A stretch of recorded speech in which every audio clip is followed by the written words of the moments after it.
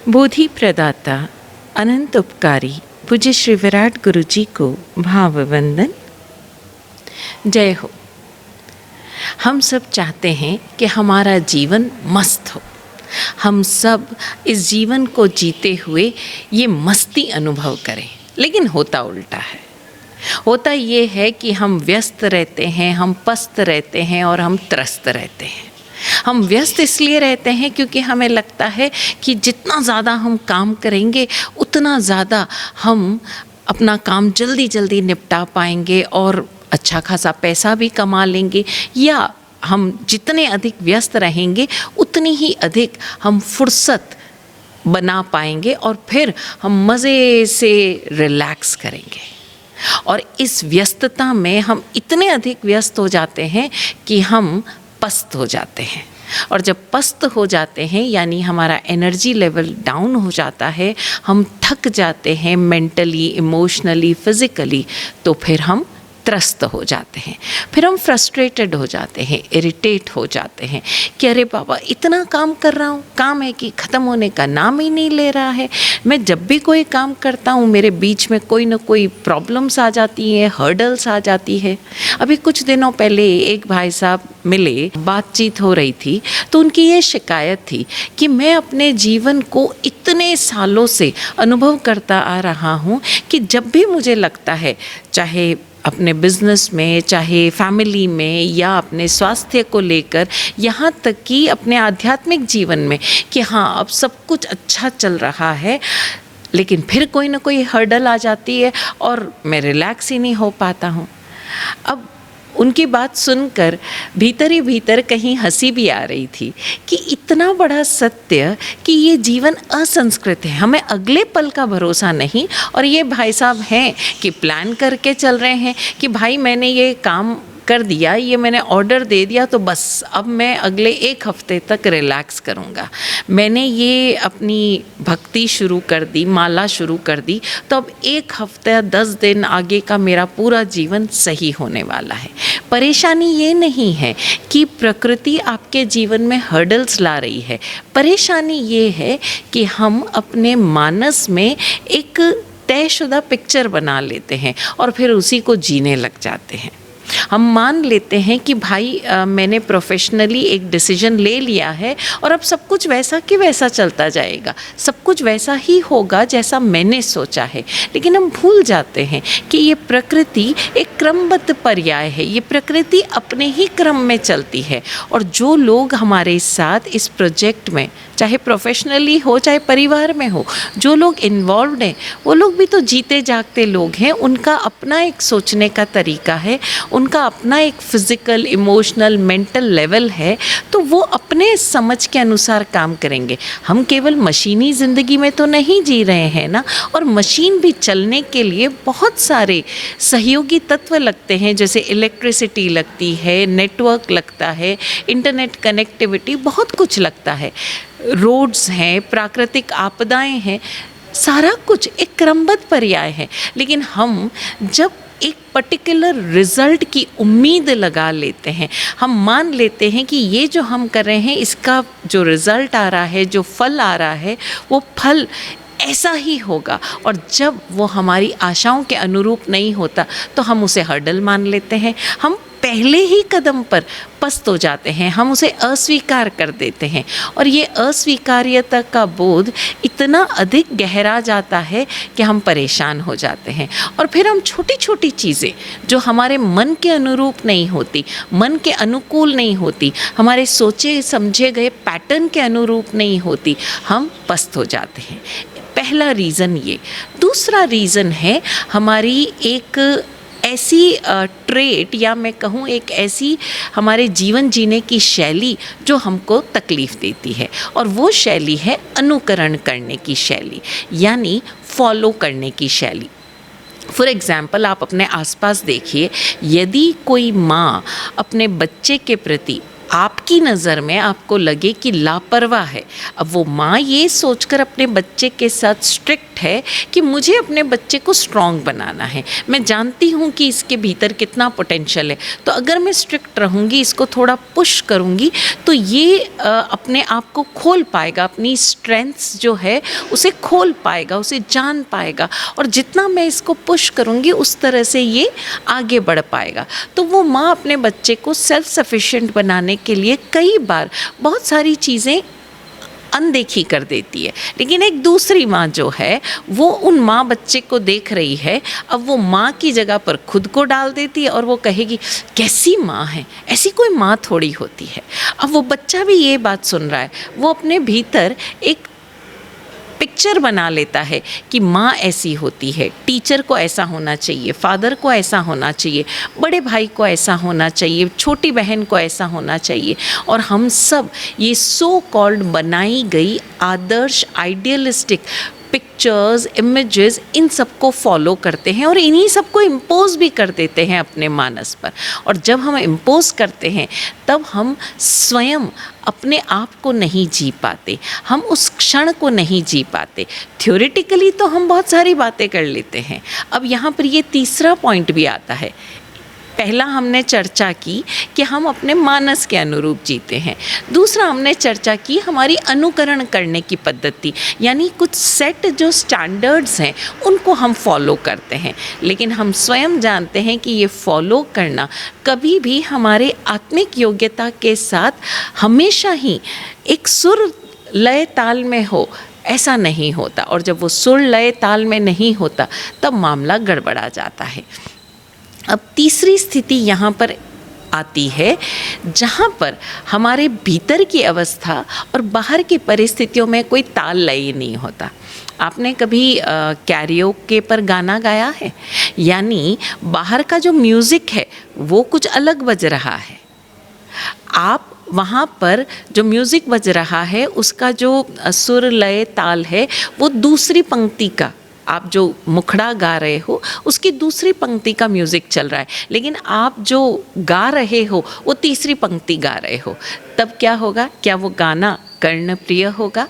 जो आप गा रहे हो, वो जो भी आप गा रहे हो, क्या वो गीत कर्णप्रिय होगा? नहीं। क्यों? क्योंकि संगीत अलग लय में जा रहा है और आप किसी अलग लय में जा रहे हो।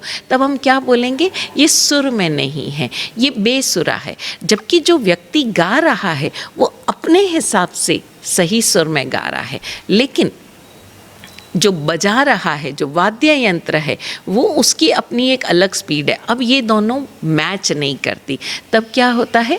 ताल लय सुर सब बिगड़ जाता है और गाना फेल हो जाता है। अब इसी तरह अगर हम अपने जीवन को देखें कि हमारे भीतर जो अवस्था चल रही है और बाहर की जो परिस्थितियाँ चल रही है, उन दोनों में सुर ताल और लय नहीं है, वो बेताला है, वो बेसुरा है, वो लय ही नहीं है। और जब ये लय नहीं होगी तब कैसे काम चलेगा? तब सारी चीज़ें आप पस्त भी हो जाएंगे, थक जाएंगे। क्यों? क्योंकि आप अलग दिशा में दौड़ रहे हैं और बाहर का संगीत अलग दिशा में दौड़ रहा है। आप त्रस्त भी हो जाएंगे, इरिटेटेड भी हो जाएंगे। क्यों? क्योंकि आप कितनी भी कोशिश कर लें, जब तक आप उस सुर लय ताल के साथ बैलेंस में नहीं आएंगे, आप हार्मनी में नहीं आएंगे, तब तक आप परेशान होते रहेंगे। तो हम इस एक चीज़ को समझें कि बाहर की जो परिस्थितियां हैं, जो अवस्थाएं हैं और अपने भीतर की अवस्था, इनके साथ हमें बैलेंस बनाना होगा। और वो बैलेंस कैसे बनेगा? जब हम अपने उस जो फ्रेमवर्क में हम जी रहे हैं, जिसकी हमने तैयारी की है, जिसकी हमने प्लानिंग की है, वो हमारे सामने नहीं है। छोटी छोटी चीज़ें होती है, हम अपना, जिसे कहते हैं ना आज की भाषा में, कूल खो देते हैं, हम अपना बैलेंस खो देते हैं। और जब हम अपने आप का ये नियंत्रण खो देंगे तब कभी भी जो फल होगा वो हमारे हिसाब से नहीं होगा। और तब हम इरिटेट भी होंगे, फ्रस्ट्रेट भी होंगे, शिकायती हो जाएंगे और हम कहेंगे ये जीवन एक स्ट्रगल है। जब देखो तब हमारे सामने हर्डल्स ही आते हैं, हम कोई भी काम करें हमारे सामने परेशानियाँ आती हैं। अब इसमें एक चौथी अवस्था और आती है, और वो ये आती है कि कई बार हम इन सारी बातों का ध्यान रख रहे हैं, हम सुर ताल लय में हैं, हम अनुकरण भी नहीं कर रहे हैं, हम अपनी आत्मिक योग्यताओं को देखते हुए जैसी हमारी क्षमता है, हमारी एफिशिएंसी है, कैपेबिलिटी है, हम उसके अनुसार कार्य कर रहे हैं और हम जो हमारे बाहर की परिस्थितियां हैं उसके साथ हम उसको स्वीकार भी कर रहे हैं, हम उसमें कोई परेशानी नहीं है। लेकिन यहाँ एक चौथी प्रॉब्लम भी आ जाती है, वो ये आ जाती है कि जब भी हम कोई भी कार्य कर रहे हैं, हम चाहे प्रोफेशनली कोई कार्य कर रहे हैं या परिवार में अपने किसी रिश्ते के साथ कोई बातचीत कर रहे हैं या हम कोई साधना कर रहे हैं, किसी भी फील्ड में हो, हम क्या करते हैं, उस घटना को पहले ही कुछ ही क्षणों में पूरी तरह से जी लेते हैं, वो रस ले लेते हैं। और जब हम वो वाकई फिज़िकली कर रहे हैं तब उसका रस हम नहीं ले पाते और फिर जो फल हमने पहले ही एक तरह से सोच लिया है, जान लिया है, उसका हम आनंद नहीं उठा पाते, कारण कि हमने रस पहले ले लिया। तो जब हम कार्यक्रम कर रहे हैं, फॉर एग्ज़ाम्पल आप एक स्पीच बोलने वाले हो, आप अपनी कुर्सी से उठे और माइक तक पहुँचे, तब तक आपके माइंड में बन गया कि आप क्या बोलने वाले हो और वो बोलकर उसका आपने पूरा रस ले लिया। आपको पता है कि जो आप बोलने वाले हो वो बिल्कुल परफेक्ट है, समय के अनुकूल है, घटना के अनुकूल है, जो परिस्थितियाँ हैं उसके अनुकूल है। लेकिन हुआ क्या कि उसका रस आपने ले लिया। अब जब आप एक्चुअली में बोल रहे हो तब आप उसमें मौजूद नहीं रह पाते हो, कारण कि आपके मन की जो गाड़ी थी वो इतनी फास्ट चल गई और जो तन की गाड़ी है, वचन की गाड़ी है, वो अब चलेगी। अब इन दोनों में बैलेंस नहीं बैठ पाता और यही कारण है कि अगर सामने वाला आपके मन के अनुरूप तारीफ नहीं करेगा या आपकी एनर्जी एनर्जी उस घटना में नहीं होगी, तब आपको रिजल्ट भी नहीं मिलेगा। तो हम इस चीज़ का ख्याल करें कि जब भी, अब ये इन सबके समाधान भी ढूंढेंगे, लेकिन पहले हम समस्या तो समझ लें। इसकी एक और अवस्था आती है, शायद आप उसे 5वीं अवस्था समझ लें।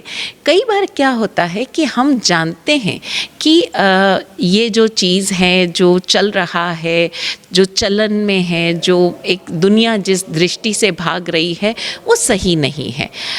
हम थ्योरेटिकली बात समझ रहे हैं, थ्योरेटिकली ना सिर्फ बात को समझ रहे हैं, हमने अपने भीतर विकसित भी कर दिया कि नहीं ये सही है और हमें इस तरह से चलना है और ये जो है ये मेरे लिए अनावश्यक है, गलत है, मुझे इस रास्ते नहीं जाना। पर ऐसा सिर्फ थ्योरेटिकली होता है, हम उसे वास्तविक जीवन में अप्लाई नहीं करते, हम कॉन्फ्लिक्ट में रहते हैं, कारण कि हमारे भीतर एक भय रहता है कि ये जो समाज है, ये जो हमारे आसपास का सिस्टम है वो उसके अनुरूप नहीं चलता। अब थ्योरेटिकली आपकी आस्था, आपका विश्वास, आपकी समझ कुछ और समझ रही है और प्रैक्टिकली, फिज़िकली जो आप काम कर रहे हो वो कुछ अलग ही कर रहे हो। अब जब इन दोनों में कॉन्फ्लिक्ट है, इन दोनों में द्वंद्व है, तो फिर जो फल है वो सही कैसे होगा। इसको एक एग्जाम्पल से समझें। जैसे हम अक्सर देखते हैं कि जब भी विवाह संबंध होते हैं तो दोनों ही परिवार कहते हैं, अरे ये समाज का बुलाना, ये कितना बड़ा मतलब टेंशन है, ये प्रदर्शन है, लेकिन क्या करें। अब समझ में आ रही है बात कि बच्चे भी यही चाहते हैं कि बाबा बहुत छोटा फंक्शन हो, सबका आशीर्वाद मिले, सबका प्रेम मिले और हमारे करीबी लोग हो। लेकिन ये बात परिवार भी जानते हैं, लेकिन फिर घूम फिर कर किस बात पर आएंगे, अरे आज तक हम लोगों के इतने बड़े बड़े फंक्शंस में गए, उन्हें नहीं बुलाएंगे तो वो क्या कहेंगे। अब भीतर से आप उन्हें बुलाना भी नहीं चाहते हो, भीतर से आप वो प्रदर्शन करना भी नहीं चाहते हो। थ्योरेटिकली आप जानते हो, लेकिन फिर भी प्रैक्टिकली आप कुछ और कर रहे हो। अब जो प्रैक्टिकली आप कर रहे हो उसमें आपके प्राण नहीं है, उसमें आपकी ऊर्जा नहीं है, उसमें आपकी समझ नहीं है, उसमें आपके अपने भीतर की जो एक कहते हैं सहमति, वो भी नहीं है। तब आप कार्य भी करोगे लेकिन उसका आउटपुट वो नहीं आएगा, क्योंकि वो निष्प्राण है, वो शंका सहित है, उसमें आप सिर्फ जो कर रहे हो वो एक औपचारिक है, और औपचारिकताएं कभी भी प्रफुल्लित नहीं होती। औपचारिकताएं सदैव दबाव में होती है, और जब वो औपचारिकताओं की आप पूर्ति करते हो, चाहे आप अपने बॉस के सामने कर रहे हो, कलीग्स के सामने कर रहे हो, समाज के लोगों के सामने, परिवार के लोगों के सामने, अक्सर हम देखते हैं ना कि जो घर के बड़े बुज़ुर्ग हैं, चाहे माता पिता हैं, सास ससुर है, वो कहते हैं बहू ने पूछा तो सही खाने का, लेकिन फॉर्मेलिटी के लिए पूछ रही है। कारण कि बहू ने अपनी जिम्मेदारी समझ ली कि भाई पूछना है मुझे, आपने खाना खा लिया, आप खाना खाएंगे, जबकि वो अच्छी तरह से जानती है कि इस समय उसकी सास खाना नहीं खाने वाली है। तो ये औपचारिकतावश किया गया कार्य जो बिल्कुल निष्प्राण है, जो ऊर्जा विहीन है, प्रेम विहीन है, उसका फल भी वैसा ही होगा। और वहीं अगर उसे वाकई चिंता है, अगर उसे वाकई प्रेम है, तो वो जाकर पूछेगी मम्मी जी आप खाना कब खाएंगे। लेकिन अगर उसने बिना पूछे खाना खा लिया तो सास को लगता है कि अरे ऐसे कैसे खा लिया, जबकि तो क्या हो गया, पूछना तो चाहिए। अब वो स्वयं जानती है सास कि ये पूछना औपचारिक है, मैं खाना खा चुकी हूँ, उसने देखा है, लेकिन हमने एक नियम बना लिया कि पूछना चाहिए। और यही कारण है कि हमारे घरों में हम देखें कि सारा जो कार्य हो रहा है, जो रिश्ते निभ रहे हैं, वो इतने निष्प्राण और इतने प्रेम विहीन हैं कि उसमें किसी को कोई आनंद ही नहीं आ रहा, जीवन का रस नहीं आ रहा। और आप प्रोफेशनली चले जाइए, कॉरपोरेट सेक्टर्स में वो इतना पैसा कमा रहे हैं, इतना काम कर रहे हैं, लेकिन आनंद नहीं आ रहा। कारण कि वो उसमें कहीं पर भी उसमें प्राण नहीं है, उसमें उनका अपना जो एक भीतर का, हम उसे प्रेम कह लें, सहमति कह लें, समझ कह लें, वो नहीं जुड़ी हुई है। और वो निष्प्राण काम करते करते, यानी एक जीते जागते व्यक्ति से आप मशीन का काम ले रहे हो, स्वयं, कोई और नहीं, आप स्वयं। तो जब आप स्वयं से ऐसा निष्प्राण काम ले रहे हो तो प्राण ऊर्जा तो गिरेगी ना, प्राण ऊर्जा तो अतिपातित हो जाएगी। हम ये सारी समस्याओं को समझें।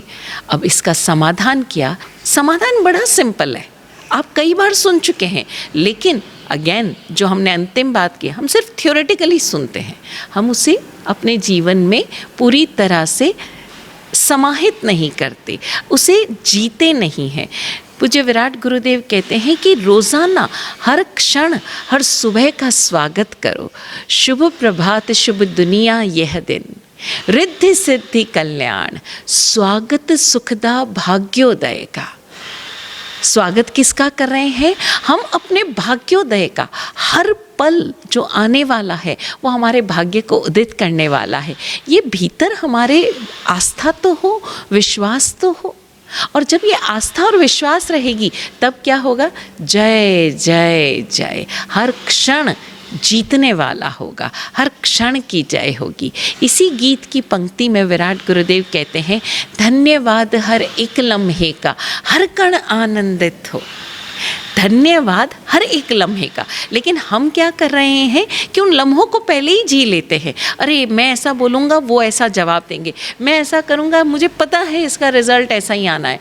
क्योंकि हमारे नकारात्मक विश्वास, हमारे अनुकरण करने का ये जो सोच, ये संस्कार जिसमें हम जी रहे हैं वो इतना अधिक है कि हम ये कण आनंदित हो ऐसा हम भाव ही नहीं कर पाते।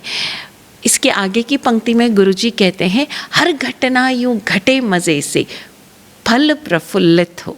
हर घटना मज़े से घटे, जैसी भी घट रही है आप उसे इंस्ट्रक्ट मत कीजिए, आप उस घटना में मात्र उपस्थित हो जाइए। हर घटना यूं घटे मज़े से, फल प्रफुल्लित हो।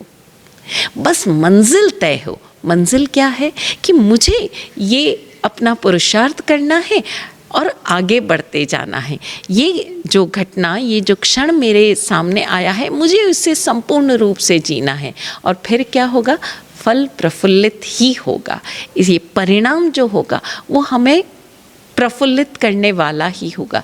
ये आस्था रहे, ये भरोसा रहे, फिर देखिए ये जीवन हर क्षण हमें सुख ही देगा। हर क्षण ये जीवन, हर पल सुर लय ताल में ही रहेगा। और जब सुर लय ताल में होगा तो गीत आपको आनंद ही देगा, कर्ण प्रिय ही होगा। तो अगर जीवन वाकई हम जीना चाहते हैं तो इन भावों के साथ जिए कि हम हर क्षण अपने भाग्योदय का स्वागत कर रहे हैं, हर घटना मज़े से घट रही है तो उसका फल प्रफुल्लित होगा ही। ये आनंद, ये धन्यवाद का भाव हमारे भीतर हर क्षण इसी तरह खिलता फलता रहे, हमारा जीवन खुशनुमा हो, यही सद्भावना। ओम शांति।